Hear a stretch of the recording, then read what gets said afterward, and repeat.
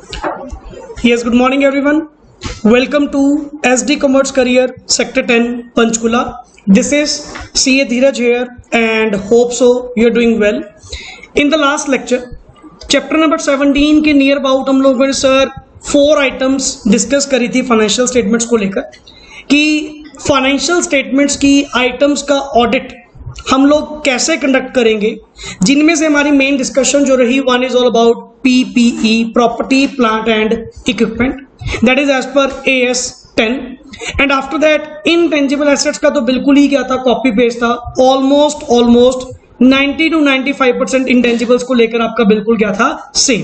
हाँ बस सर यहाँ पे वर्ड टेंजिबल्स के केस में आपने वर्ड यूज करा डेप्रिसिएशन एंड इनटेंजिबल्स के केस में आपने वर्ड क्या यूज करा, अमोर्टाइजेशन. PPE टेंजिबल के ऊपर जो आपका AS लगेगा वो कौन सा लगेगा जी, AS 10, और इनटेंजिबल्स के ऊपर जो लगेगा वो कौन सा होगा, AS 26. हाँ, दोनों में इंपेयरमेंट लॉस की बात जरूर की गई जिसमें AS 28 की रेफरेंस आप लोगों ने ली. Clear. And with respect to the CARO requirement कि कारो की जो एडिशनल रिपोर्टिंग है उसकी रिक्वायरमेंट भी आपने इसमें रीड आउट करी. एंड आपको अगेन हर लेक्चर में मैं बार बार बोल रहा हूं कि सर ये जो हमारा टॉपिक है इसमें आपने 5 वर्ड्स के ऊपर मेन फोकस करना है with respect to the existence, with respect to the completeness, cut off और क्लासिफिकेशन. क्लियर. जहां जहां वर्ड जो यूज होगा उसके according, but the main word is completeness. And after that third word is valuation. Clear. And next is presentation and disclosure को लेकर आपने अपने ऑडिट प्रोसीजर बताने हैं. मैं ये भी कह सकता हूं कि सर आपको कंप्लीट पेपर में शायद ना आए कि पूरा का पूरा एक्सप्लेन करो, शायद ना आए. मे बी उसमें से with respect to existence, with respect to the valuation या with respect to the presentation and disclosure, ये मे बी आपको वहां पे आ सकता है. And the most important topic है ये अपने आप में, जो हर पर्सन लास्ट में जाके इग्नोर करने की कोशिश करता है. सिर्फ किस बात के लिए, सर लिख देंगे कि सर कॉमन से तो पॉइंट है, लिख देंगे. बट ये मानना लिटरली पेपर में कुछ नहीं लिखा जाता, पॉइंट्स ही नहीं याद आते. सिर्फ इक्का दुक्का पॉइंट आपको याद आएंगे. हाँ, एग्जिस्टेंस को लेकर, वैल्यूएशन को लेकर, प्रेजेंटेशन एंड डिस्क्लोजर में पॉइंट्स बना दोगे. सर अगर पर्टिकुलरली नहीं पूछा गया ना, फिर मैं कहूंगा चल जाएगा कि मान लो 4 नंबर में क्वेश्चन आया, 6 नंबर में क्वेश्चन आया, वैसे तो 4 नंबर का मैक्सिमम आएगा.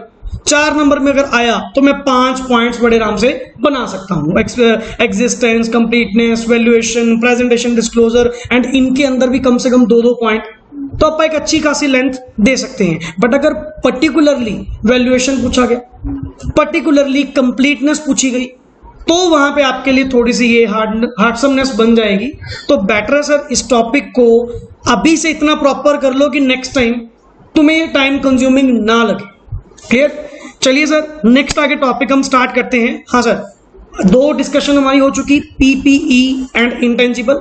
एंड आफ्टर दैट बिल्कुल रिवर्स कॉपी पेस्ट हमने किसका करा, ट्रेड पेबल्स. जो आपने ट्रेड रिसीवेबल्स का करा, अरे तुम सिंपल जो लास्ट में समरी गिवन है 35 पेज से, क्लियर, वहां से जस्ट रीड आउट कर लो, बट कम से कम कल्ला कल्ला पॉइंट अंदर से याद होना चाहिए.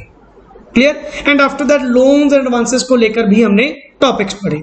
Now the next concept is all about, अब सर कुछ प्रोविजंस एंड कंटिजेंसीज को लेकर. एंड आपको पता है प्रोविजन एंड कंटिजेंट लायबिलिटीज के ऊपर ऐसे कौन सा एप्लीकेबल है जी,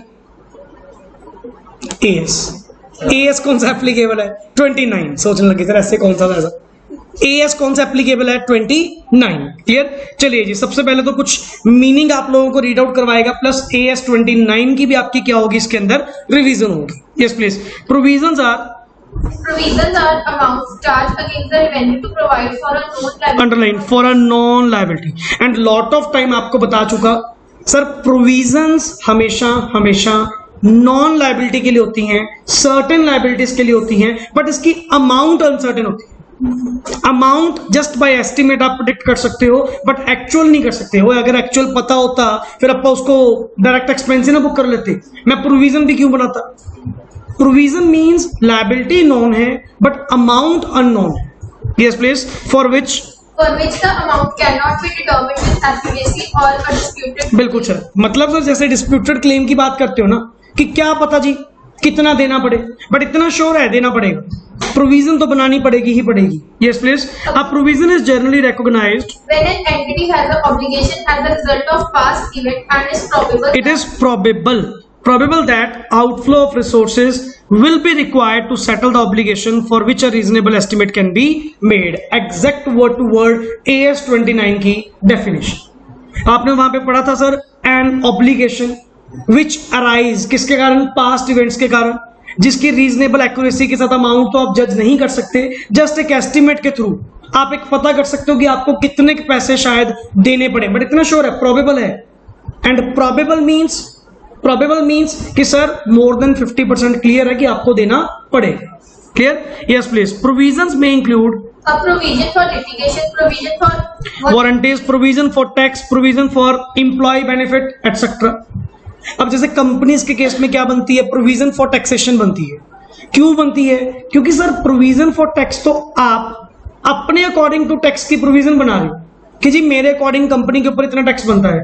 क्लियर? ये तो इनकम टैक्स वाले बताएंगे ना कि कितना टैक्स बनेगा, तो आप अपनी प्रोविजन फॉर टैक्स बनाकर छोड़ देते हो, एंड जब भी नेक्स्ट ईयर में असेसमेंट होती है तो कम ज्यादा करके आप उस टाइम पे उस प्रोविजन को खत्म कर देते हैं। Yes. A contingent liability is a possible obligation which arises from. अब देखो वर्ड सर, कहां वर्ड प्रोबेबल और कहां वर्ड पॉसिबल, दोनों में फर्क नहीं है।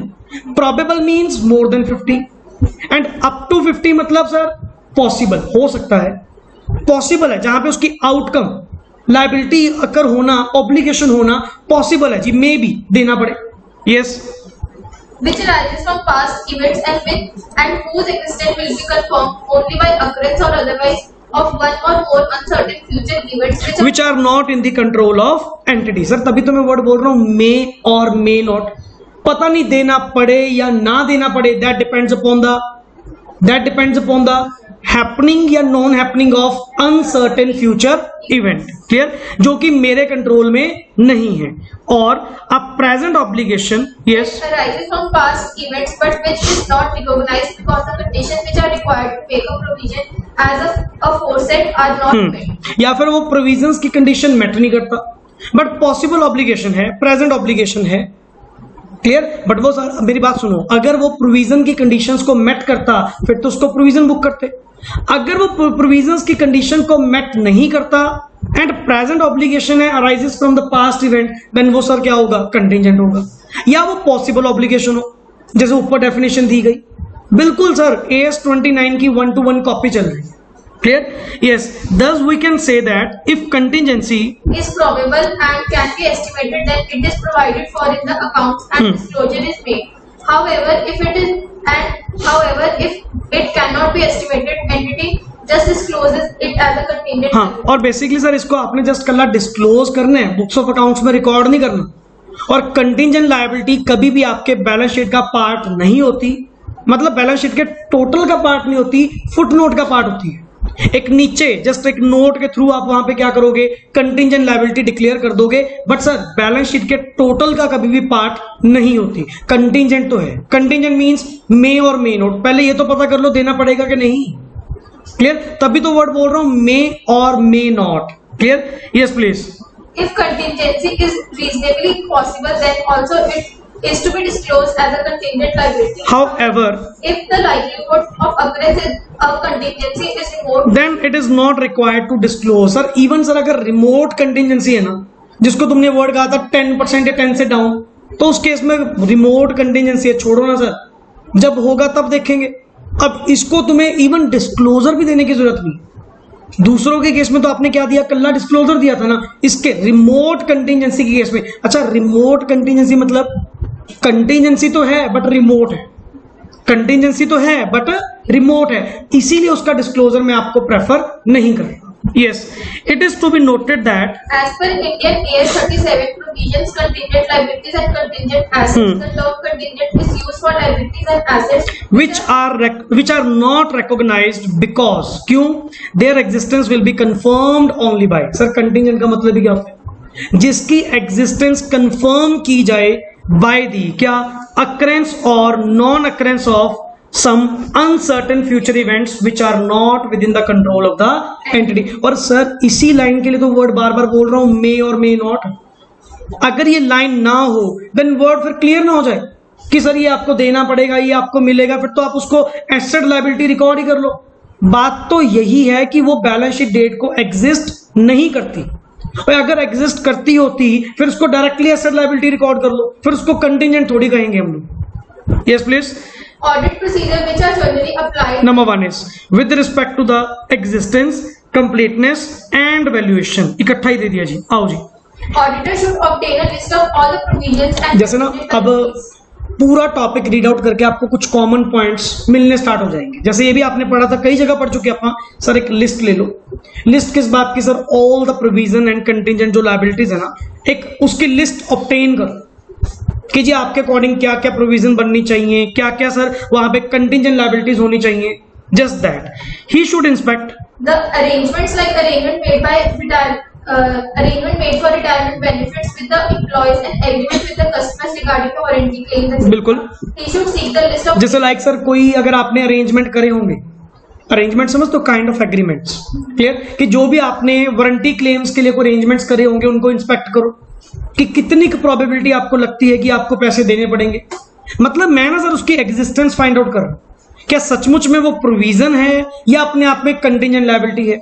Yes please. He should seek the list of cases under which are under litigation. एक बात बताऊं, ऊपर आपने जितनी प्रोविजन की एग्जांपल पढ़ी ना, सबका एक एक पॉइंट बना दो। With respect to the litigation, with respect to the tax, with respect to the warranties, 3 point तो यही बन गए, clear. And he should seek the advice. और सर आपको पता है प्रोविजन के अंदर क्या है? एस्टिमेट। एंड एस्टिमेट का मतलब क्या हुआ कि वो एस्टिमेट सही लिया गया या नहीं लिया गया, आप किसी एक्सपर्ट की ओपिनियन ले लो। एंड एक्सपर्ट ओपिनियन लेना मतलब ऐसे 620 का कंप्लायंस करना। Yes, in case the client has provision based upon the report of experts like actuary or lawyer. जैसे ना एक्चुअली पोस्ट होती है जो वैल्यूएशन करके देते हैं। जैसे मान लो ग्रेचुटी के केस में, ग्रेचुटी की जो कैलकुलेशन होती है ना वो कौन करके देता है? Actually, clear. एक्चुअली और कौन? लॉयर। अगर तुमने इन एक्सपर्ट की कोई हेल्प ली तो सर इनकी valuation reports, yes, the auditor should seek their valuation report and use their work in accordance with SA 500, हाँ। whereby he should obtain and understand CCO क्या था? कंपिटेंस, कैपेबिलिटी एंड ऑब्जेक्टिविटी या independence, clear, of the work done. आपने SA 500 नहीं कहा था कि आप किसी दूसरे के काम को यूज कर सकते हो एज ऑडिट एविडेंस, बट अगर उसका काम किया हुआ क्या होगा? सही होगा, कैपेबल होगा, कंपिटेंट होगा, इंडिपेंडेंट होगा, क्लियर। Yes please. नेक्स्ट आगे इसको वर्ड CCO लिख लो जी। CCO SA 500 के according, yes, he should obtain WR, simple sir, WRSA कौन सा जी? 580। Yes, in case he concludes that work of management experts is not appropriate, he should seek opinion of हो चुका sir ये तो expert. कि expert opinion लो, इसको काट दो वर्ड, हो चुका ये तो पॉइंट अपना। कि अगर आपको लगता है कि देखो सिंपल सी बात, जब तुम्हें मैनेजमेंट की बात रिलायबल नहीं लगेगी तब भी तुम एक्सपर्ट की ओपिनियन की ओर जाओगे ना। एंड मुझे उस बात के बारे में पता नहीं है, और अगर एक्सपर्ट के पास जाओगे तो नेचुरली 620 का कंप्लायंस करोगे, 620 का, using the work of audit expert, clear. Yes, in case There is a difference between the work done by expert and that recorded by the management in the FS. बिल्कुल। Seek reasons for the management for such difference. and if difference is material then sir he should ask the management to adjust the financial statements। क्योंकि expert के according तो कुछ और होना चाहिए, management ने कुछ और करा, तो वहां पे जो डिफरेंस है उस डिफरेंस को सॉर्ट आउट करने के लिए सर आप मैनेजमेंट को कहोगे, और वो डिफरेंस सर अपने आप में मटेरियल था, देन उस डिफरेंस को एडजस्ट करने के लिए मैं किसको कहूंगा? मैनेजमेंट को, कि सर FS को क्या करवाओ? एडजस्ट करो, clear. Yes, presentation and disclosure. He should ensure that current and non-current portions have been. अब आपने देखा होगा बैलेंस शीट के अंदर, फाइनेंशियल्स के अंदर लॉन्ग टर्म प्रोविजन भी होती है, शॉर्ट टर्म प्रोविजन भी होती है। तो जो शॉर्ट टर्म क्लासिफिकेशन, जो शॉर्ट टर्म है शॉर्ट टर्म में, एंड जो लॉन्ग टर्म है नॉन करंट है उसको अलग से डालो, clear. Has been separately disclosed for the provision for employment benefits and others. Yes, for each class of provision, separate disclosure should be made for the following: the carrying वही sir common thing, opening balance कितना था, addition, amount used, unused, increase during the period in the discounted amount which arises due to passage of time, clear, and closing balance एक reconciliation सी बनाकर आपको देनी होगी. And usually अगर देखोगे ना, मोस्टली डिस्क्लोजर में ये वर्ड आ रहा है कि addition, sorry, opening balance plus addition minus deletion, closing balance कितना है सर, ये आपको वहां पे रिकंसिलेशन देनी होगी. And for each class of provision a separate disclosure should be made as to the nature of obligation and expected timing of such payments to be made and the major assumptions made regarding the future events by the entity. बिल्कुल sir. Next is, it is to be noted that If possibility of occurrence of some contingency is remote, no disclosure is simple required. Sir, यहां पे side पे लिख लो remote contingency या if remote then no disclosure. Clear? However, for each class of contingent liability, the nature of contingent liability and if possible an estimate of amount involved and indication of uncertainty should be disclosed. Then वहां पे तो disclose करोगे ना आप उसका. Clear? And auditor should ensure that yes, Contingent liabilities have been classified as guarantees claims against the company not accompanied. not acknowledged as debt. अच्छा, ये guarantees and claims है जो हमने देने का वादा करा हुआ है, बट सर ये तो गारंटी है ना, एंड गारंटी तो कंटिजेंट होती है, क्योंकि जब तक वो पार्टनर, दूसरा पर्सन जिसको गारंटी दी गई, जिसके बिहाफ पे दी गई, जब तक वो डिफॉल्ट नहीं करेगा तब तक मेरी लायबिलिटी थोड़ी बनेगी.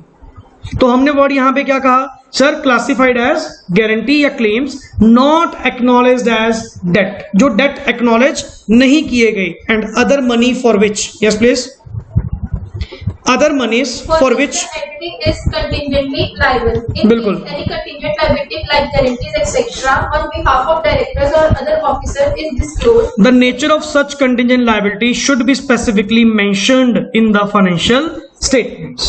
Here, next please, sale of goods and services. I think so अब हम थोड़ा सा ट्रेडिंग पीएल की ओर आ गए या statement of profit and loss की ओर आ गए, क्योंकि बैलेंस शीट की ऑलमोस्ट आइटम्स हमारी हो चुकी, या मिक्सअप चलेगा बीच में.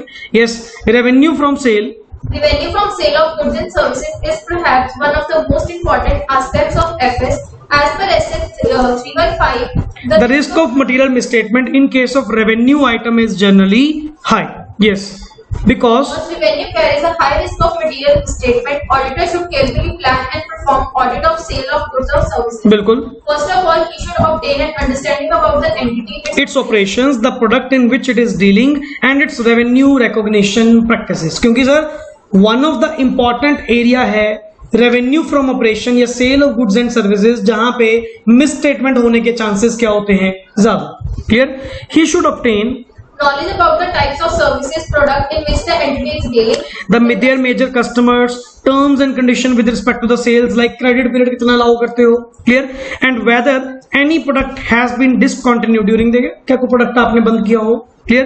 He needs to obtain understanding about the क्या internal controls. ये तो आपने डेटर्स में ही पढ़ा था, क्योंकि देखो सिंपल सी बात, सेल गलत रिकॉर्ड होगी तो डेटर भी गलत रिकॉर्ड होंगे, एंड अदर प्रॉफिटेबिलिटी भी गलत जाएगी, मटेरियल मिसस्टेटमेंट भी आएगी. तो बेटर है सर पहले यही चेकआउट करो कि यहाँ पे सेल रिकॉर्ड करने का इनका इंटरनल इनवॉइस, इंटरनल सिस्टम क्या है. Yes, please. He should review if proper segregation of duties are there with sales department and who are the persons responsible for checking the credit limit of customers, Yes. the sale invoices, and recognition of sales in the books of accounts. इसको side पे लिख लो, segregation of duties, ये underline कर लो, segregation of duties, क्योंकि अंदर तो clear था अपने को, क्योंकि segregation of duties का मतलब क्या है सर, जिसके पास कस्टडी हो, जिसके पास कोई रिकॉर्ड हो, जिसने नेक्स्ट आगे क्रेडिट लिमिट देनी है, ये सारी ड्यूटीज क्या होनी चाहिए, सेग्रीगेट होनी चाहिए, अलग अलग होनी चाहिए. अगर एक ही पर्सन के ऊपर होगा, एक ही पर्सन सब कुछ रिकॉर्ड करेगा, there may be a chance, किस बात का चांस, कि वहां पे गलती होने के चांसेस ज्यादा है. Yes, he should perform test of controls. to examine if internal controls over अच्छा, टेस्ट ऑफ कंट्रोल्स क्या था, टेस्ट ऑफ कंट्रोल्स क्या था, DOC, design, operating effectiveness and continuity throughout the year, वही चेकआउट करोगे. And उसके अंदर तुम्हें अगर कोई भी मटेरियल डेफिशिएंसी मिली तो 265 के अकॉर्डिंग टू उसका कम्युनिकेशन करना विद द मैनेजमेंट या दोष चार्ज विद द गवर्नेंस. कि मैंने जब इंटरनल कंट्रोल्स की यहां पे देखा इंटरनल कंट्रोल्स की मैंने जब कंपिटेंसी चेक करी या डीओसी चेक करा, टेस्ट ऑफ कंट्रोल्स लगाए, मुझे यहाँ पे टेस्ट ऑफ कंट्रोल अच्छे नहीं लगे, कोई ना कोई मटेरियल वीकनेस या डेफिशिएंसी मुझे यहाँ पे मिली। तो जो भी डेफिशिएंसी आपको मिली सर, आप एक बार कम्युनिकेट जरूर करो। Clear? Yes, he shell perform substantive procedure like regarding sales items because there might be high volume of transactions. and he may select an appropriate sample size for examining purpose. Here, performing substantive analytical procedures is also relevant in case whereby he can check the sales trend. SA 520 sir 520 लगाकर, SAP लगाकर आप trend तो भी find out कर सकते हो कि पिछले साल सेल कितनी थी, उससे पिछले साल कितनी थी और इस साल सेल कितनी आ रही है, ट्रेंड किधर को जा रहा है, रेशियोज निकाल कर देखो। Make comparison of current year sales with that of the previous और with the similar industry data. ये जरूरी चीज है सर, आपको मोस्ट कंटेंट यहीं से पता लग जाए। Next is while auditing, Sales auditor shall carry out the audit procedure. Number one is occurrence. Yes, He should ensure that sale invoices are numbered and no number is बिल्कुल sir, missing. Consecutively numbered, clear, properly, लगातार। And he should check few sales invoice and trace the entries made in the sales journal, examination in depth. Clear? Next is he should compare, The ratio of sales return to sales with that of last year in case of exceptional ही debt. Should seek reason from the management. भी इस बार क्या हो गया जी, इस बार अपनी sales return बहुत ज्यादा आई है, पहले तो इतनी थी नहीं, पिछले साल तो बड़ी कम रिटर्न्स आई थी, इस बार ऐसा क्या हो गया कि आपकी सेल्स रिटर्न रेशियो बढ़ती ही जा रही है। यस, ही शुड पे Special attention to sales return with credit notes and check stock register and reversal of. बिल्कुल सर, इसको टिक कर लो। अच्छा, जितने भी रिवर्सल्स होते हैं ना सर, वो विद क्रेडिट नोट होंगे ना, तो आप चेक करो कि आपने उसके अगेंस्ट क्रेडिट नोट इशू कर दिया कि नहीं कर दिया। क्लियर? या बायर का डेबिट नोट आपको मिल गया या नहीं मिल गया। देखो सिंपल सी बात, अगर मुझे वापसी हो रही है, मैं उसको उसके बदले में क्या दूंगा, क्रेडिट नोट, क्योंकि जीएसटी का चक्कर तो भी होगा ना, वो भी तो कैंसिल करना पड़ेगा, वो भी ऑनलाइन आपको चढ़ाना पड़ेगा कि पार्टी को जी पहले इतने का सामान बेचा था, बाद में उससे इतने का सामान वापस आ गया, तो अल्टीमेट ये क्रेडिट नोट हम क्या कर रहे हैं जी, कैंसिल कर रहे हैं। Yes, next is He should be very careful about overstatement of revenue as entity may try to increase its profits by overstating the revenue. बिल्कुल sir. Specifically, he should perform the following to rule out the possibility of overstatement of revenue. He should pay special attention to fixed fictitious sale, more particularly if sales such item have been noticed during the past year's audit। और अगर मुझे past year में भी गलती आपकी मिली होगी, फिर इस बार भी आप डालोगे। कई बार होता है बोगस सेल, फिक्टिशियस सेल, ऐसे ही किसी नाम पे डाल दी सेल को इंक्रीज करने के लिए।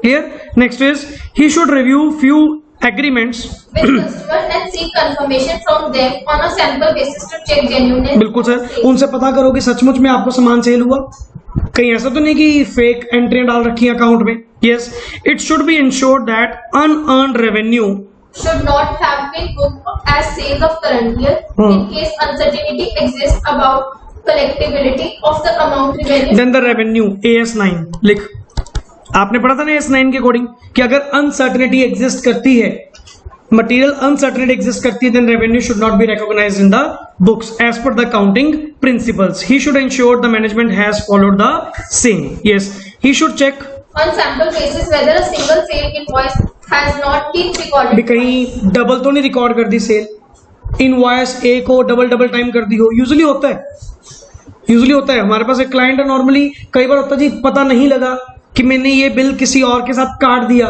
वो दोबारा फिर उसी का एक बिल काट देते हैं, फिर उसे क्या करना पड़ता है जी, कैश में लेना पड़ता है, कैश सेल। क्या करें फिर, बुक्स में कैश ऐसे रेज करना पड़ेगा। क्लियर? जबकि सर है तो अपने आप में फालतू का ही है, फालतू की सेल दिखाकर उसके ऊपर जीएसटी भर रहे हो। हाँ, बट ये है कि उसको अपने कैश सेल डाल दिया, वही आपकी बिजनेस की बुक्स में क्या आ गया, कैश इंक्रीज हो गया। Clear? Next is any goods Dispatch should not have been done without the consent of a customer. बिल्कुल सर, और कोई भी गुड्स को डिस्पैच आपने without the consent of the customer नहीं किया। Next is completeness. The most useful check to determine this is to perform cut-off tests to ensure that all sales for which risk and rewards have been transferred to the purchaser during the year must have been recognized as sales in the entries books of account. बिल्कुल, he should pay special attention to sale near the balance sheet date, क्योंकि mostly गलती होने के chances near and पे ही होते हैं, near year and पे होते हैं।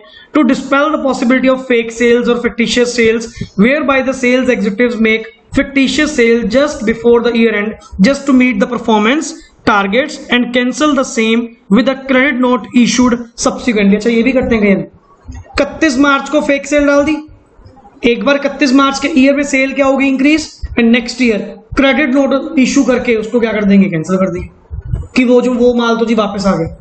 बट तुमने तो अपने टारगेट क्या कर दिया, वन टाइम एक बार इंक्रीज कर दिया ना। मान लो ₹1,00,000 की सेल आपने एक्स्ट्रा डाल दी एंड वही ₹1,00,000 की सेल अप्रैल में जाके क्रेडिट नोट इशू करके क्या कर दी, कैंसिल कर दी। बट पिछले साल में तो ₹1,00,000 की सेल अप होगी ना, अगले साल की अगले साल देखेंगे, इस साल तो देखो पहले। क्लियर? Yes please. दस He should take a note of all the credit notes issued after the counting period. For example, he may check credit note issued in the April and seek the reason from the management कि क्यों credit note issue करने पड़े जी, ऐसी क्या बात होगी, सामान की वापसी है यहाँ पे। Clear? Yes. he should inspect few shipping documents and trace the quantity and amounts mentioned. बिल्कुल, अगर आपने जैसे मान लो सामान भेजा होगा, शिपिंग करवाई होगी, तो सर उसका कोई बिल्टी, कोई डॉक्यूमेंट कुछ तो होगा एंड उसके अंदर लिखा होगा कितनी क्वांटिटी है, क्या है, वहां से क्रॉस वेरीफाई करो। यहाँ पे सेल्स बिल में तो कुछ और लिखा हुआ है एंड वहां पे क्वांटिटी उन्होंने कुछ और लिखी हुई है, दैट मीन्स वहां पे डिफरेंस आ रहा sir. Yes. he should review the GST challans। बिल्कुल Check whether the amount of which GST has been paid has been appropriately recorded in the books. बिल्कुल सर, क्या प्रॉपरली जीएसटी उसके related to आपने पे out करा या नहीं करा। Measurement sir. Yes please.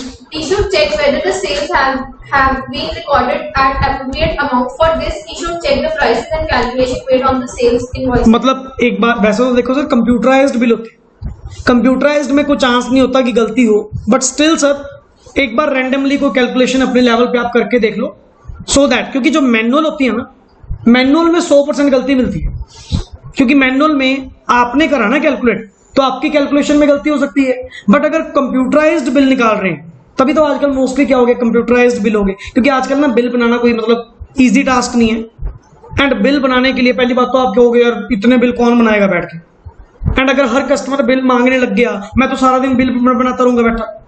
हमने एक सिस्टम लगाया, ऑटोमेटिक सॉफ्टवेयर के अंदर सब कुछ है, मैंने जस्ट अमाउंट एंटर कर दिया, टक टक टक बिल बाहर। ये भी इजी तब हुआ नहीं अगर आज भी मतलब मोस्ट लोग जो मैन्युअली बिल बनाते हैं ना, सारे तंग हैं। अच्छा उनके बिल में देखना कटिंग कितनी होती है, क्यों, पहले अमाउंट कुछ और लिख दी, बाद में कुछ और लिख दी, कैलकुलेशन ही नहीं करनी आती, मल्टीप्लाई किसी से करना था, बाद में किस पे कर दिया। बट अगर आपने सिस्टमैटिकली करना है तो आपको कंप्यूटराइज्ड बिल देना चाहिए ताकि कैलकुलेशन भी आपकी क्या रहे, सही रहे। Next is he should trace A few sales transactions from starting. इसको लिख ले, एग्जामिनेशन, एग्जामिनेशन सेकेंड पॉइंट के आगे, examination in depth. Yes please. He should check Whether the client has recognized the revenue as per the recognized revenue. AS9 compliance, AS9 compliance कि उसके according to ही करा ना, and वही sir नीचे आ गया दोबारा फिर कि AS18 अगर रिलेटेड पार्टी के साथ, क्लियर, अगर रिलेटेड पार्टी के साथ आपने क्या करा, कोई भी ट्रांजैक्शन करी, क्लियर, तो यहां पे लिख लो sir transaction, transaction with related party, clear, transaction with related party. Yes, AS18 transaction with related party का कंप्लायंस करना होगा।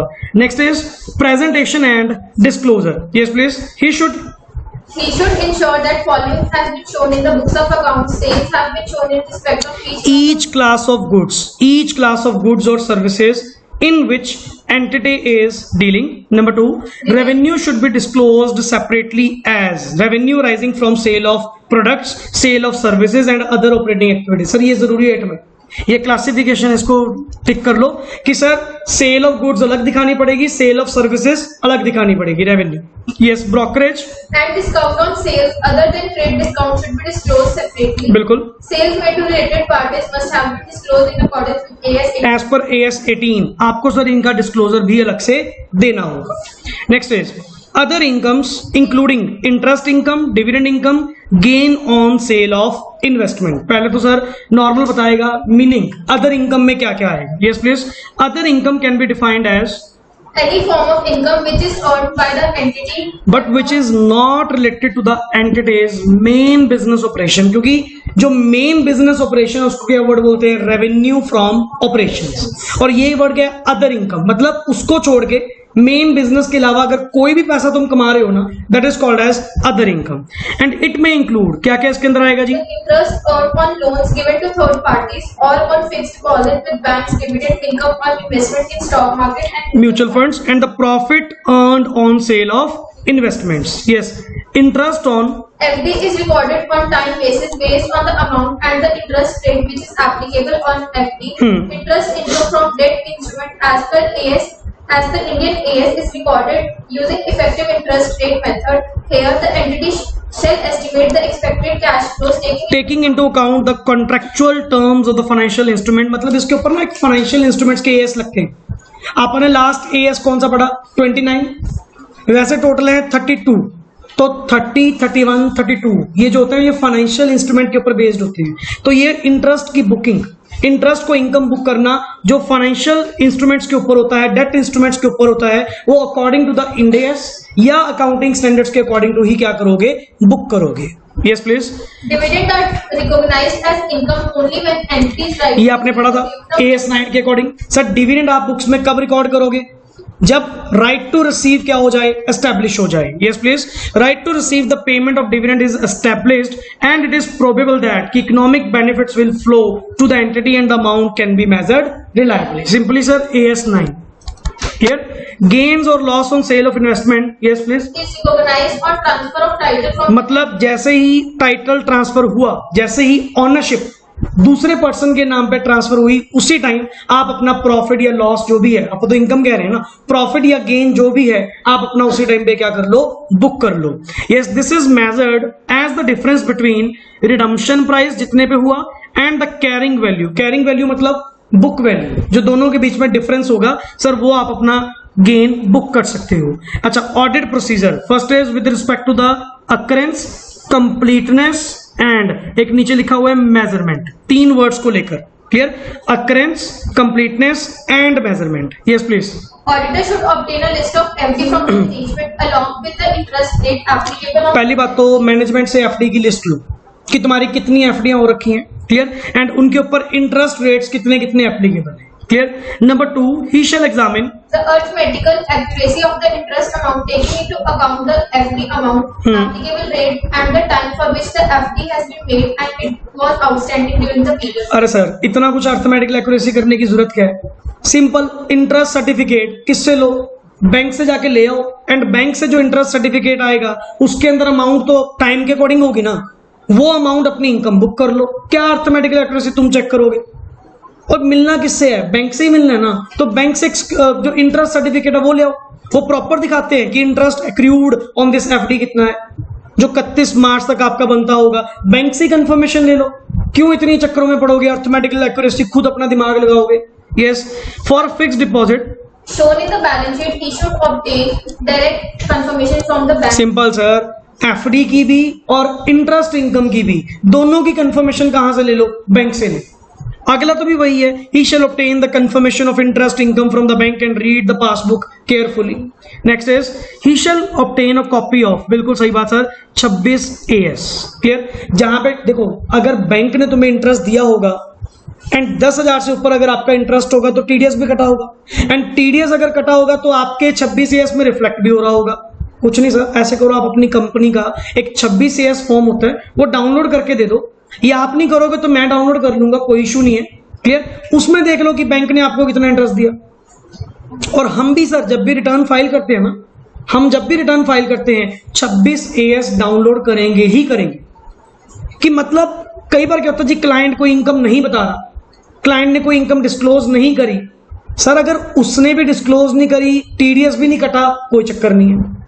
उसने नहीं बताई, टीडीएस कटा हुआ था, मैंने रिटर्न में नहीं भरी, मिसमैच आ जाएगा. मिसमैच आ जाएगा और रिटर्न क्या हो जाएगी? इनवैलिड हो जाएगी. इसीलिए हमेशा पहला क्या करते हैं, टीडीएस का जो सर्टिफिकेट है जो आपका 26 AS है वो डाउनलोड करेंगे ही करेंगे, ताकि उसमें पहले ये देख इस पर्सन का टीडीएस कहां कहां कटा हुआ है.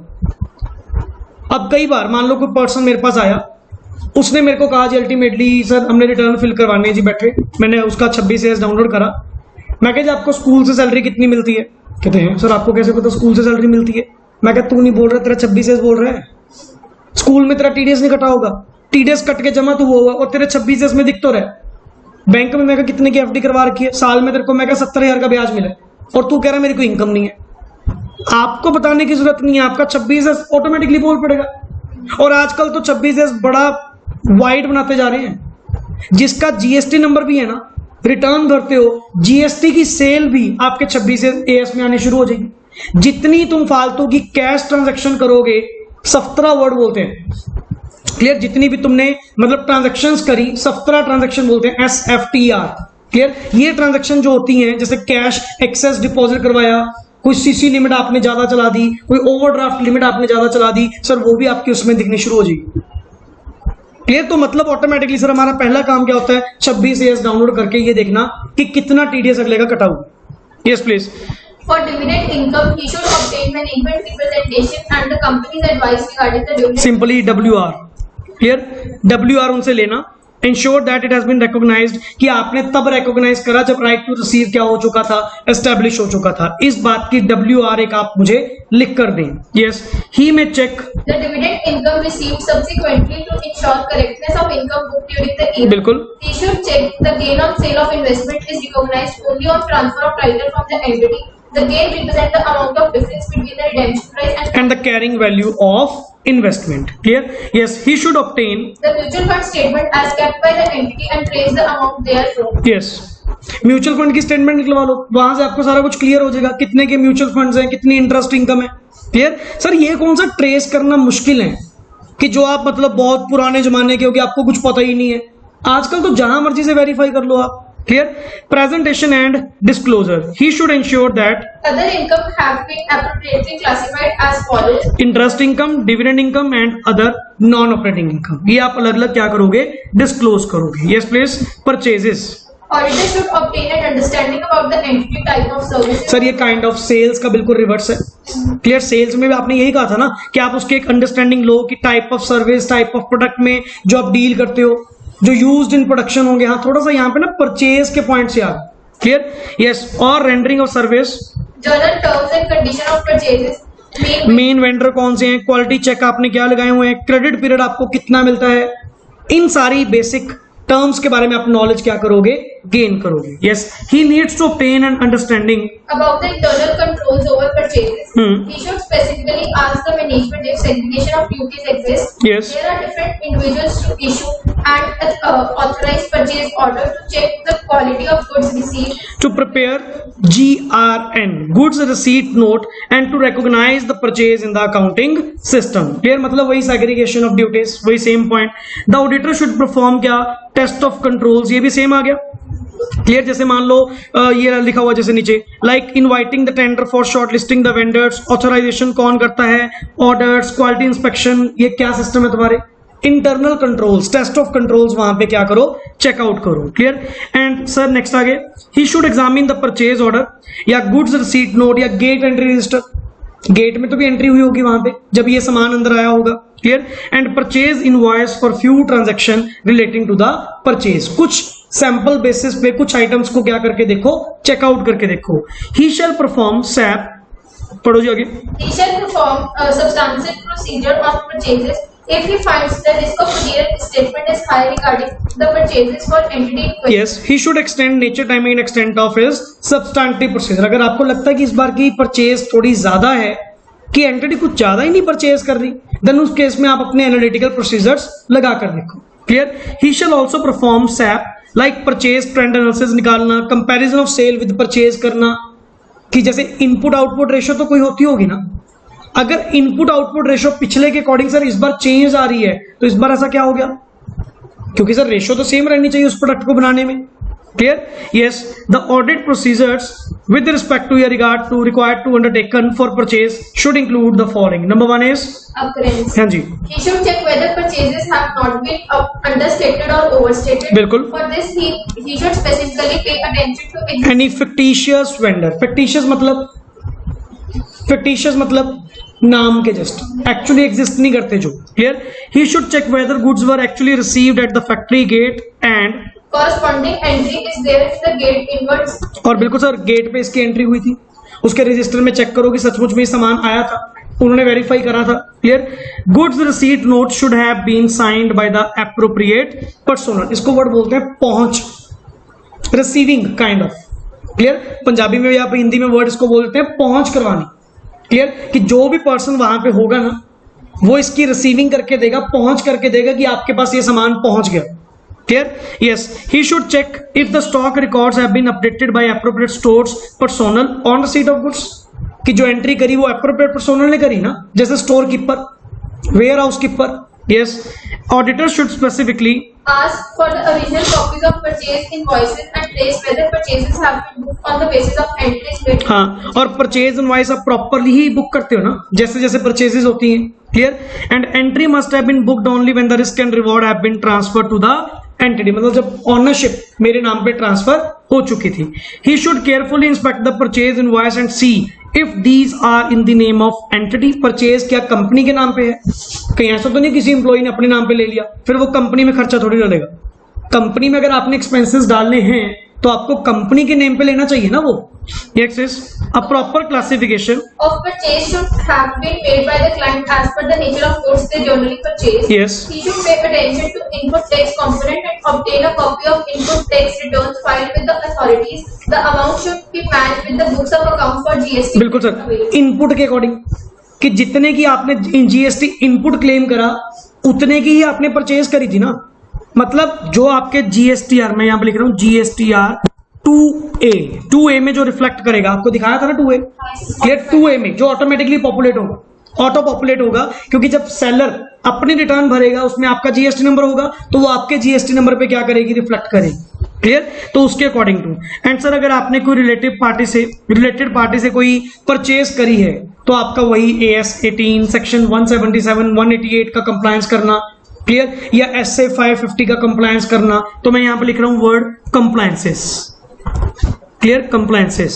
यस प्लीज, नेक्स्ट आगे। He should take journal entries for any transaction which is appearing unusual in nature. And sir कोई भी अनयूजुअल ट्रांजेक्शन, क्लियर, कि कोई भी एंट्री मुझे अनयूजुअल नहीं लग रही, बिल्कुल सही लग रही है, clear.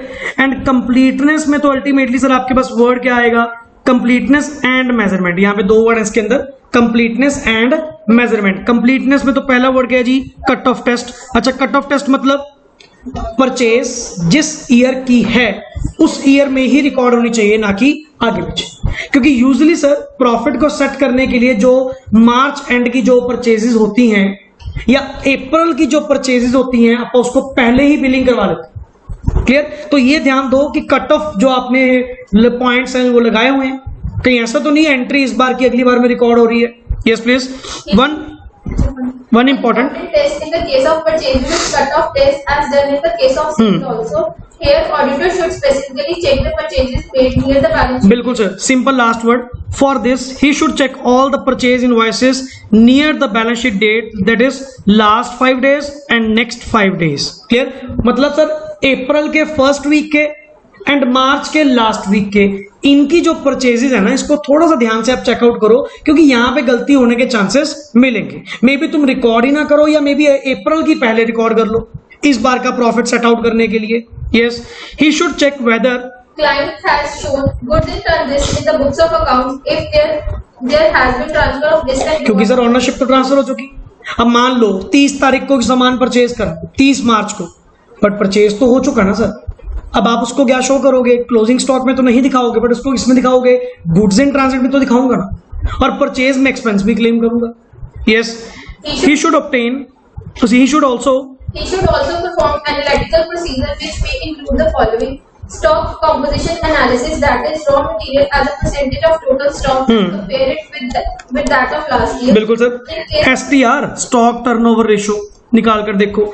In case of significant variation he should seek reason from the management. और नेचुरली सर कोई डेविएशन मिलेगी तो आप किससे बात करोगे, मैनेजमेंट से ही बात करोगे ना, clear. He can obtain composition of stock, मतलब डिफरेंट कैटेगरीज कि ये स्टॉक बना कैसे, बना मतलब इसमें क्या क्या गुड्स इंक्लूडेड है, कितनी कितनी वैल्यू की इंक्लूडेड है। तुम्हारे पास तो लिस्ट होगी ना, किसकी लिस्ट मुझे एक प्रोवाइड करो, क्लियर, कि रॉ मटेरियल कितना, WIP कितना, फिनिश कितना, रॉ मटेरियल भी कौन सा कितने वाला, ये चीज। Ratios, that is auditor should compare stock turnover ratio and creditors turnover ratio with that of last year. Quantitative reconciliation बनाओ, opening stock plus purchases, clear, minus जो सेल की यूनिट्स, क्लोजिंग स्टॉक इतना होना चाहिए, clear. And analysis of consumption, जिसको आप word लिख सकते हो input output ratio, input output ratio. Sir ये भी तो आपकी एनालिसिस के अकॉर्डिंग तो निकलेगी। अगर आपने एनालिसिस करा होगा कि कितनी कितनी आइटम कंज्यूम होती हैं तभी ये निकला होगा ना। Next is He should obtain written representation of WR SA 580 किस बात की कि मैनेजमेंट ने सारी परचेजेस को क्या कर लिया, बुक्स ऑफ अकाउंट्स में अप्रोप्रिएटली रिकॉर्ड कर लिया। Yes, presentation and disclosure. It should be ensured that following has been appropriately disclosed: purchase of stock in trade, बिल्कुल। changes in inventory of fixed goods, finished stock in trade and WIP। अरे तीन तरह का stock होएगा, raw material, WIP and finished. And transaction relating to जो related parties होंगी उसको sir AS 18 के अकॉर्डिंग या इंड AS 24 के अकॉर्डिंग टू आपने कंप्लायंस करा या उसको डिस्क्लोज करा या नहीं। ये आपकी प्रेजेंटेशन एंड डिस्क्लोजर है। Next is employee benefit expenditure. हाँ जी, auditor should obtain and understanding about what are the employees' benefit expenditure that entities incurring, like जैसे ग्रेचुटी, सुपर एन्युएशन होना, प्रोविडेंट फंड होना, लीव इनकैशमेंट होना। अब ना कॉमन टॉपिक्स मतलब PL के रिगार्डिंग तो आने स्टार्ट हो चुके हैं। एम्प्लॉय बेनिफिट में क्या लिखोगे, यही पॉइंट्स तो आएंगे। Clear? Yes, the auditor should ask the management to provide a list of all the employee benefits that they are incurring, whether due to the requirements imposed by statute. हाँ, ये नहीं पता मे बी आप statute के कारण या voluntarily वो benefits दे रहे हो, ये नहीं पता किसके कारण, पर जो भी दे रहे हो सर आपको डिस्क्लोज करना होगा। Yes, He should carefully study few agreements entered into between the client and its employees to have a clear understanding about the kind of benefit, क्या क्या देने की बात हुई थी। कुछ नहीं सर, जॉब ऑफर लेटर होता है ना, वो पढ़ लो। ऑफर लेटर के अंदर लिखा होगा कि आपने इनको क्या क्या बेनिफिट्स देने का वादा करा। Clear? He should review the IC that entity has employed over payment of employee benefit expenses, because if the internal control system is effective he can reduce the extent of substantive procedure। Naturally sir मुझे काम करने की जरूरत कम है अगर IC system क्या होंगे, effective होंगे। Yes, he should review some common internal controls like maintenance of attendance records, main master file containing all important dates of employees, authorization of payroll processing, disbursement of salaries and other perquisites by appropriate authority and employee deduction such as taxes। कि मतलब जिसका जो भी काटना था, जो भी वहां से डिडक्शन करनी थी आपने प्रॉपर करी and after that he payment करी ना, इस बात को वेरीफाई करना। Yes, he should check few appointment letters, attendance records and सही बात है सर, HR की policies in payment made to a sample of employees. जैसे हम सैलरी ऑडिट कहते हैं, मैंने करा हुआ सैलरी ऑडिट हम करते थे वहां पे, तो यूजली उसमें ये सारे पॉइंट्स यही चेकआउट करते थे कि उसको जी देने कितने थे, अपॉइंटमेंट लेटर उनका क्या है, क्या क्या उसमें एग्री हो रखा था, क्या क्या डिडक्शन थी, कितनी छुट्टियां अलाउड है, किसके पैसे मिलेंगे किसके नहीं मिलेंगे, ये points. And performing substantive procedure is very important in this area as this is one of the main बिल्कुल सर, मेन एक्सपेंडिचर परचेज के बाद नेक्स्ट जो मेन एक्सपेंडिचर है वो कौन सा होता है, सैलरी का, एम्प्लॉय बेनिफिट का। That entity is incurring, more over he should also perform substantive analytical procedure such as comparison of total expenditure with that of last year and बिल्कुल। if this expenditure has increased, if there has been an expansion in the client entity। बिल्कुल sir. The following audit procedures। हाँ जी।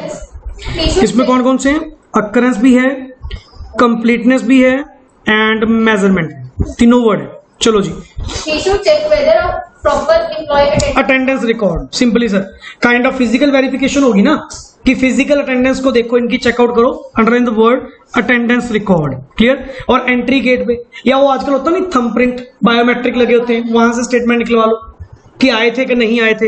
And he should check the bank details, identity proof. ये ना बिल्कुल salary audit का याद दिलवा रही है, उसमें ये 1 to 1 यही चेकआउट करते थे हम लोग। क्लियर? कि he should check the bank details, identity proofs, the job description and agreements of क्या a few selected employees। and next is he should obtain a list of employees as at the starting of the year, the movement and a list of employees at the closing date, opening, closing and during the year क्या change हुआ, कितने आए कितने गए। clear?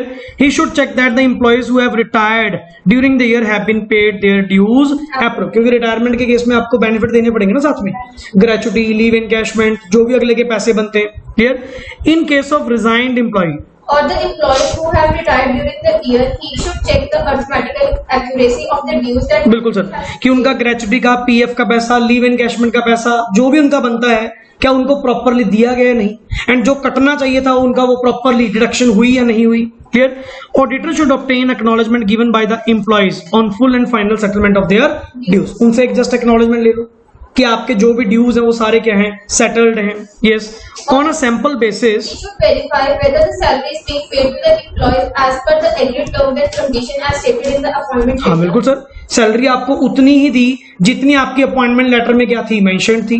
Next is he should check the monthly salary register and pay special attention if appropriate salary have been deducted for leaves taken. Clear. Underline the word deduction for leaves, या लिख लो side पे, deduction for leaves taken. Clear. Next is he should compare the average salary per employee per month with that of the last year कि पहले से कितना rise हुआ, क्योंकि यूजुअली 10% इंक्रीमेंट होता है, या जिसके साथ जो एग्रीड है. मान लो किसी को 15% का इंक्रीमेंट कहा हुआ है तो एक बार चेकआउट तो करो ना कि सचमुच में उतना ही है ना, कहीं ज्यादा तो नहीं है. Next is He should check whether all employee benefits must have been paid or provided in the books of account. बिल्कुल. If provided fund and employees provident fund, provided नहीं प्रोविडेंट, ये गलत लिखा हुआ है. Provident fund, provident fund and employee state insurance are applicable. EPF और ESI, EPF और ESI अगर आपका कटता है are applicable to the entity. He should check whether the amount have been computed in accordance with applicable statute rates. क्या statute के according एक rate होता है ना ईपीएफ और ईएसआई का, तो उसके अकॉर्डिंग तो आपने करा या नहीं करा, ये point. Yes, in this case he should check whether monthly challans have been deposited with the appropriate authority and obtain a reconciliation of amounts. बिल्कुल सर, आप उसकी एक रिकंसिलेशन जरूर लें. Next is Technical procedure should also be performed whereby units produced per employee can be compared with that of last year. And market trend. Here and presentation and disclosure में पढ़िए जी. Employee benefit expenses should have been classified as follow. Number 1 is salaries and wages, contribution to PF and other funds and कोई staff welfare expenditure. अब जैसे हमारे case में कोई EPF ESI की प्रोविजन एप्लीकेबल नहीं होती, तो उनके केस में हम सिर्फ salaries and wages and staff welfare expenditure, ये दोनों क्या दिखाते हैं, अलग अलग दिखाते हैं.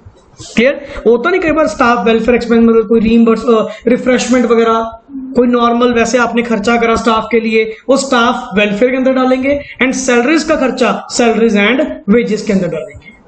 Yes please. Depreciation and amortisation, चलिए आज इसको खत्म करते हैं.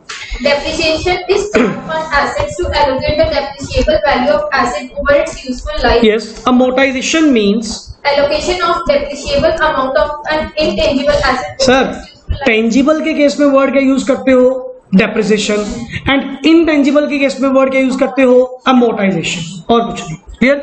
दस we can say that depreciation is usually Charged on tangible assets whereas amortization is charged on intangible assets. बिल्कुल सर. अच्छा, these both are major expense of an entity having direct bearing on the profit and loss of the entity. ये तो है ही है. Clear आपको? Clear. Just a minute. Yes please. With respect to the depreciation and amortization charges, the auditor shall need to perform the following procedures. एक बार तो ना kind of आपको ये लग रहा होगा कि जस्ट पढ़ रहे हैं, ट्रांसलेशन चल रही है और कुछ नहीं चल रहा, फिर इसमें समझने वाला है भी क्या, इसमें समझने वाला है भी क्या. अगर आप पे छोड़ दूं, आप कहोगे सर ने करवाया है. क्लियर. तो आपको तो अपनी काइंड ऑफ फॉर्मेलिटी है, बट पता आपको भी है कि जितने टॉपिक्स आप पढ़ चुके ना, आपका माइंड मेकअप बन चुका. उल्टा जितने स्टार्टिंग से एफएस के आइटम पढ़ ली ना, ये लास्ट वाले पढ़ने को मन क्यों नहीं करता, क्योंकि सारी रेपिटेशन, एक ही चीज बार बार रिपीट करते जा रहे हैं, और माइंड मेकअप आपका बन चुका कि सर एग्जिस्टेंस है, कंप्लीटनेस है, वैल्यूएशन है, प्रेजेंटेशन है, डिस्क्लोजर है, एंड स्टार्टिंग में थोड़ी सी उसकी डेफिनेशन लिखनी है. और आइटम्स कौन सा, ये पहली बार पढ़ रहे हैं, अकाउंट्स में +1 से लेके यही तो काम करते आ रहे हैं. हुआ क्लियर. हाँ, बस थोड़े से वर्ड बीच में आ गए, एएस का कंप्लायंस, इंडियस का कंप्लायंस, एसए का कंप्लायंस, ये सारे पॉइंट्स. चलिए जी. Completeness, measurement and occurrence. Yes please. Auditor should obtain a clear understanding of accounting policy adopted by the entity regarding depreciation and amortization. And ensure whether these are in compliance with applicable FRF. For example, AS 10 का compliance, for example AS 26 का compliance या Companies Act का compliance. Clear? It should also be ensured that no depreciation, sir किसके ऊपर, free hold land के ऊपर, और इनके ऊपर थोड़ी चार्ज होती है, जिनके ऊपर एप्लीकेबल होगी उन्हीं के ऊपर लगाएंगे ना, जो है ही नॉन डेप्रिशिएबल उसके ऊपर डेप्रिशिएशन कैसे लगा देंगे अपन. The calculation made in this respect should be क्या होनी चाहिए, check. For this the auditor should obtain the Depreciation schedule from the entity and check whether it has been computed appropriately as per the rates for different class of assets. वो आपने sir income tax के according पढ़ा होगा, different block की different depreciation है. जैसे plant and machinery सारी 15% में, 15, 30, 40 में भी आती हैं, अलग अलग रेट्स हैं. Clear? Yes. For each item of PPE depreciation must have been calculated separately in accordance with the most appropriate depreciation method. Like SLM, WDV या unit of production method. But income tax के according कौन सा allowed है? WDV usually. Clear? Yes. Fix asset register should disclose all the fix asset on which depreciation is charged. Auditor should pay special attention to the items which have been capitalized by the entity on which depreciation is being charged. Yes, he should obtain. A list of all the additions and deletions along with the authorization made during the Repeat point. हमने उसमें पढ़ा था fix asset में कि जितनी भी addition deletion इसमें होंगी with appropriate authority sanction होनी चाहिए. Clear? It is to be noted that depreciation must have been charged on assets from the date when these are ready to use. बिल्कुल sir, ना कि डेट ऑफ एक्चुअल यूसेज. जिस दिन वो ready for use थी, income tax में यही तो पढ़ा पॉइंट आपने. ही should ensure that All intangible assets like goodwill, copyrights, patents, franchises, formula etc. have been appropriately amortized during the year if required, and he should also perform SAP so as to ensure himself about the reasonableness of overall expenditure. He may compare the depreciation and amortization expenses relating to the year with that of the previous year. मतलब sir SAP लगाओ 520, trend analysis करो, ratios निकालो, whatever. हाँ जी Prateek. Next, presentation and disclosure. He should ensure that Schedule 3 to the Companies Act 13 has been complied with by the entity and the entity has disclosed the following. अच्छा, companies के case में useful life of the asset किसके according पता लगती है? Schedule 2 के according. आप अगर चैप्टर 6 भी पढ़े ऑडिट का, उसके अंदर हमने पढ़ा था डेप्रिसिएशन जो चार्ट है as per the companies act and useful life of the asset जो है चैप्टर 6 के अंदर लिखा हुआ है. शेड्यूल 2 आपको इसके बारे में क्या देगा? गाइडेंस प्रोवाइड करेगा कि कौन सी एसेट की कितनी लाइफ मानी जाती है. Yes please. Residual value of assets, accounting policy for depreciation and बिल्कुल. amortization. Depreciation method and depreciation and amortization charges ये charged for the year. Next is sir other expenditure. बिल्कुल ऑपोजिट. जैसे आपने उधर अदर इनकम का point कहा, इधर से आप क्या कहोगे? Word other expenditure.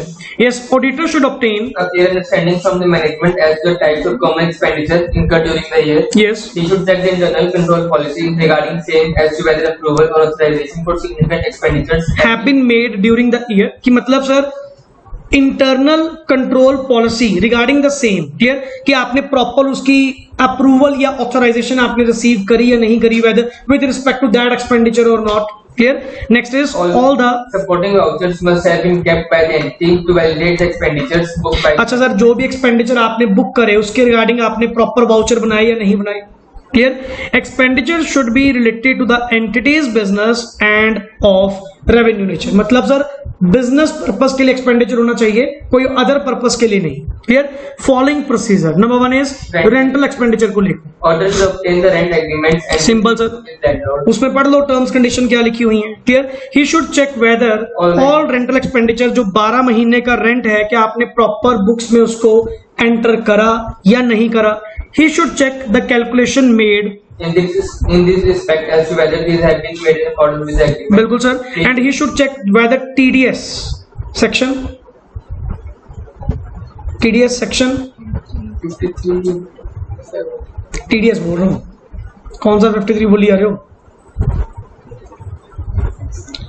194 I 194 I rent का इनकम टैक्स में बोल रहा हूँ. 194 आई. तुम 53 कौन सा बोलने लग गए? कहां से पढ़ लिया 53 section? overall for the previous कौन सा ओवरऑल? 53 तो फिर भी नहीं है कहीं. और ही थोड़े पॉइंट याद रखा करो, तभी ऑडिट चेक करोगे वहां पे. टीडीएस का कंप्लायंस अगला कह रहा है रिटर्न आपने प्रॉपरली भरी कि नहीं भरी, ये तो पता नहीं टीडीएस कटता कैसे है. टीडीएस के रेट भी 2 थे, 2% एंड 10%. क्लियर? उसके अंदर भी सबसेक्शन है 194 IA. ये points. Yes. Proper consideration of escalation clause. Sometimes sir escalation clause भी डले होते हैं. Must be considered to verify the rental amounts. He yes. should also check whether the agreement is in the name of the entity and expenses are related to the premises which are used for running the business operations of the entity. Yes, he should check that outstanding expenditure in this respect has been appropriately provided for by the entity in the books of accounts. कि proper आपने expenditure उसका book करा या नहीं करा। Yes, power and fuel को लेकर He should obtain a month-wise expenditure schedule and compare them with the power bills issued by this authority. बिल्कुल सर, मंथली आप एक expenditure schedule low and power bills के साथ क्या करो, कंपैरिजन करो कि कितना बिल आया। Next is he should check that Expenses have been recorded for the whole year. हाँ। Outstanding expenditure, if any, must और अगर कोई आउटस्टैंडिंग भी है ना तो उसकी प्रोविजन आपने प्रॉपरली क्या कर ली, बना ली। Clear. Next is he should make calculation, to check whether power units consumed and dates applied thereon matches with the amount. जैसे आपने बिजली का बिल अगर देखा हो, आपके घर पे बिल भी आता होगा तो वहां पे यूनिट वाइज होता है, पहले 300 यूनिट मान लो माफ, अगले 300 पे कितना रेट, उस पे नेक्स्ट स्लैब वाइज। क्लियर, वो चीज। And it should also be seen that the bills have been issued in the name of क्या, entity. Yes, he should check whether These expenditures must have been approved by the appropriate authority or not. बिल्कुल। Comparison of these expenditures relating to this year with that of last year should also be made by the authority. यस, Insurance. Insurance expenditure, इसमें क्या लोगे, policy read out कर लो। Clear, a list of all the insurance policies should be obtained from the management. Insurance policy document should be studied to check the insurance premium payable thereon, and in case Any amount is outstanding in this respect, the same must have been provided for by the management. and insurance expenditure relating to this year should have been compared with those of the last year to check their overall reasonableness. Clear, simple देख लो कि premium पहले कितना पे करते थे कितना नहीं। असल एक्सपेंडिचर तो कॉमन ही है, बस अलग अलग वर्ड चेंज करता जा रहा है, मेथड तो सेम ही करोगे ना उसका ऑडिट करने के लिए। Yes, legal and professional expenditure, इसमें कंफर्मेशन भी ले सकते हो। Clear. Yes, he should obtain, पहली बात तो WR That legal expenditure related to the year under audit and all expenditure under this year have been booked by the entity. Completeness कि सारे रिकॉर्ड करे। He should ask the management for reasons. If there is sudden variation in this expenditure, for example, an exception in case may be due to the legal case filed during the year. बिल्कुल। Auditor should seek to obtain external confirmation from the legal consultant ऐसे 505। Yes, to check the validity of expenditure and completeness thereof by the entity. and auditor should also ensure that all outstanding expenditure in this respect must have been क्या provided. Yes, travel, repairs, maintenance, printing, stationery, miscellaneous, कोई भी। Sir, auditor should also check these expenditure as per the procedure stated above on the same lines as rental and power and fuel expenditure जैसा आपने करा। तो audit करने को तो किसी का भी कर लो, जस्ट आपने वाउचिंग वेरिफिकेशन ही करनी है कि खुद को एश्योर करो कि सर ये काम सही हुआ, कि इस एक्सपेंडिचर सच में हुए और देन ये बुक्स में रिकॉर्ड किए गए। Next is presentation and Disclosure. Sir ये क्या, अलग अलग क्लास वाइज आप उसको शो करोगे और क्या। क्लियर, या ऑलमोस्ट इसमें से most of the expenses companies act के अकॉर्डिंग अदर एक्सपेंसेस के अंदर ही क्या होंगे, कवर होंगे, क्योंकि वहां पे तो 4 हेड होती है, इंप्लॉय बेनिफिट, फाइनेंस चार्जेस, आपका depreciation and amortisation charges and other expenses. अब इसमें से देख, सैलरीज एंड वेजेस वाला कोई है नहीं, वो अलग हो गया, डेप्रिसिएशन अमोर्टाइजेशन वो अलग हो गया, फाइनेंस चार्जेस अलग हो गया, तो जो बाकी बचा सारा किसमें आएगा, अदर एक्सपेंसेस में आएगा। Clear. Yes, audit of dividend. Definition of dividend. Dividend includes any interim dividend. The term interim dividend means dividend Declared between 2 AGMs during the year. Yes, procedure. First of all, dividend is recommended by the board. Yes, The member in the AGM may declare the dividend by passing over. मतलब members declare करते हैं, ये आपको मैंने पहले भी कई बार बता चुका। बोर्ड रिकमेंड करेगा, अच्छा नॉर्मल फाइनल डिविडेंड बोल रहा हूँ, एंटारम नहीं, एंटारम बोर्ड ही क्या करता है, डिक्लेयर करता है। बट सर इधर कौन डिक्लेयर करेगा, बोर्ड जस्ट रिकमेंड करेगा, मेंबर्स डिक्लेयर करेंगे by passing the OR। Declaration of dividend at an AGM is an item of ordinary business. The member may reduce the rate or amount recommended by the board, but they cannot increase it. ये भी point अच्छा था लेकिन याद करने वाला। ये sources of dividend हमारे पास क्या थे जी, Profits of the company for that financial year. After providing for depreciation, Profits of the company for any previous financial years and remaining undistributed. After providing for ये भी डेप्रिसिएशन, मनी इज पेड। हाँ, ये point पे case study आती है sir. May be sir आपको central government ने guarantee provide की हो कि हम आपको पैसा देंगे, money provided by the central government or state government in pursuance of guarantee given by it, yet no company shall declare dividend unless carried over previous losses and depreciation not provided in the previous year or years are set off against the profits of the company for the current year। पहले उनको set of तो कर लो, dividend तो बाद में बांट लेना। Losses तो तुम्हारे अभी भी आ रहे हैं पिछले साल के, अनएब्सॉर्ब्ड या carry forward losses. Clear. Yes, transfer to reserve. Sir may before the declaration of any dividend in any financial year transfer such percentage, particularly कुछ नहीं है, such percentage of its profits of for that financial year as it may consider appropriate to the reserve of the company, कर सकती है, but mandatory नहीं है and कोई particular नहीं है कि कितना, कुछ भी amount. Clear? Declaration of dividend out of reserve, where owing to inadequacy or absence of profits in any financial year, any company is forced to declare dividend out of the accumulated profits earned by it in previous years and transferred by the company to the reserve. Such declaration of dividend shall not be made except in accordance with the rules. वो rules में तीन condition नहीं पड़ी थी, वो 15% वाली condition या पिछले 3 साल का एवरेज उससे ऊपर नहीं जाना चाहिए, वो मे भी शायद नीचे लिखा हो, no dividend shall be declared और paid by the company from its reserves other than, किसको छोड़ के, क्योंकि ये तो होते ही डिस्ट्रीब्यूटेबल फॉर डिविडेंड है. Clear? Yes, provision for depreciation schedule 2 के according to. Clear? Mode of payment, no dividend shall be payable except in cash. Cash मतलब by including banking channel also, but in kind नहीं होना चाहिए. That is the dividend shall be payable only in cash. However, payment of dividend by issue of check or dividend warrant or payment of dividend in electronic mode is also. आगे ना word में usually कहते हैं cash. भाई cash मतलब नगद देना है. नगद इन द सेंस मतलब आप उसको पेमेंट क्या करो, बाय चेक करो, नेफ्ट करवाओ, IMPS करवाओ, जो मर्जी करवाओ. क्लियर? बैंकिंग चैनल इंक्लूडेड है, बट इन काइंड नहीं होना चाहिए.